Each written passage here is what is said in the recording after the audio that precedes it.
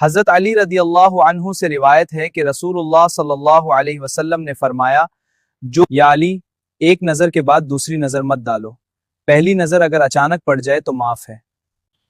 اس کا مطلب ہے کہ انسان کو اپنی نظر کی حفاظت کرنی چاہیے۔ ایک اور بات یاد رکھو، اپنی نظر نیچے رکھ چاہیے اور غلط نظر سے بچنا چاہیے۔ قرآن میں اللہ فرماتا ہے، قُل لِّلْمُؤْمِنِينَ يَغُضُّوا مِنْ أَبْصَارِهِمْ وَيَحْفَظُوا فُرُوجَهُمْ، یعنی مومن مردوں کو حکم دیا گیا ہے کہ اپنی نظر نیچے رکھیں اور حیا کی حفاظت کریں۔ اس کا مطلب ہے کہ کسی لڑکی کو گر گر کر دیکھنا یا غلط منشا سے بات کرنا منع ہے۔ نبی صلی اللہ علیہ وسلم نے ایک امپورٹنٹ بات بتائی ہے، آنکھوں کا بھی زنا ہوتا ہے اور اس کا زنا دیکھنا ہے۔ اس لیے اسلام ہمیں سکھاتا ہے کہ ہم اپنی نظر نیچے رکھیں اور حیا کے ساتھ زندگی گزاریں۔ آنکھوں کا بھی زنا ہوتا ہے۔ رسول اللہ صلی اللہ علیہ وسلم نے فرمایا، 3 دعائیں ایسی ہیں جو خاص طور پر قبول ہوتی ہیں۔ پہلی، باپ کی دعا اپنی اولاد کے لیے۔ تیسری، مظلوم کی دعا۔ اللہ فرماتا ہے کہ اس کی دعا اتنی جلدی قبول ہوتی ہے، مظلوم کے آنسو اللہ تک فوراً پہنچتے ہیں۔ ان 3 دعاؤں کے قبول ہونے میں کوئی شک نہیں۔ رسول اللہ صلی اللہ علیہ وسلم نے فرمایا، جو شخص کسی روزہ رکھنے والے کو افطار کراتا ہے، اسے بھی اتنا ہی ثواب ملتا ہے جتنا روزہ رکھنے والے کو ملتا ہے، اور اس کے ثواب میں کوئی کمی نہیں ہوتی۔ رسول اللہ صلی اللہ علیہ وسلم نے فرمایا، بین الرجل و الشرک والکفر ترک الصلاۃ۔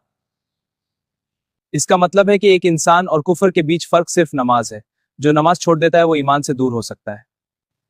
اللہ قرآن میں فرماتا ہے، اللہ تشرکوا بہ شیئا، سورہ 151، یعنی اللہ کے ساتھ کسی کو شریک مت کرو۔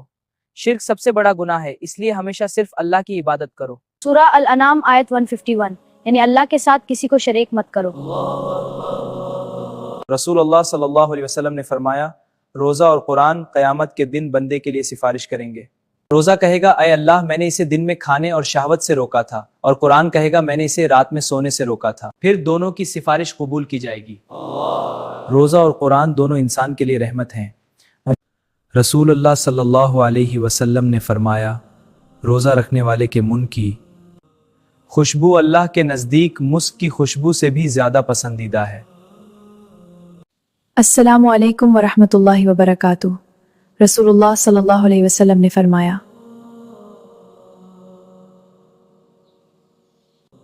جنت میں ایک دروازہ ہے جس کا نام ریان ہے۔ قیامت کے دن صرف روزے رکھنے والے اس دروازے سے داخل ہوں گے۔